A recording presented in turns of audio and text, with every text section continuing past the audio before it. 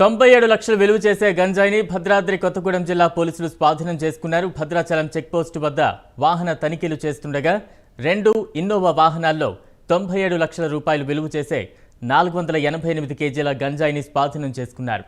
2 వ్యక్తులను అదుపులోకి తీసుకున్నట్లు కొత్తగూడెం ఎస్పీ తెలిపారు. పట్టుబడిన ఇద్దరిలో ఒకరు సారపాక గ్రామానికి చెందిన శివశంకర్ రెడ్డి కాగా మరొకరు అదే గ్రామానికి చెందిన నాగేంద్ర బాబుగా గుర్తించామని ఎస్పీ తెలిపారు.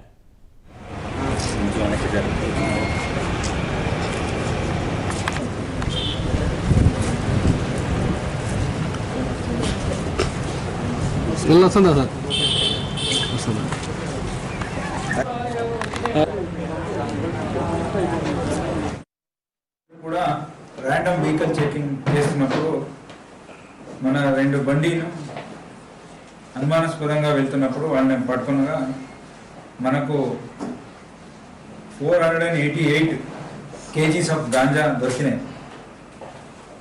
The worth around 97,60,000.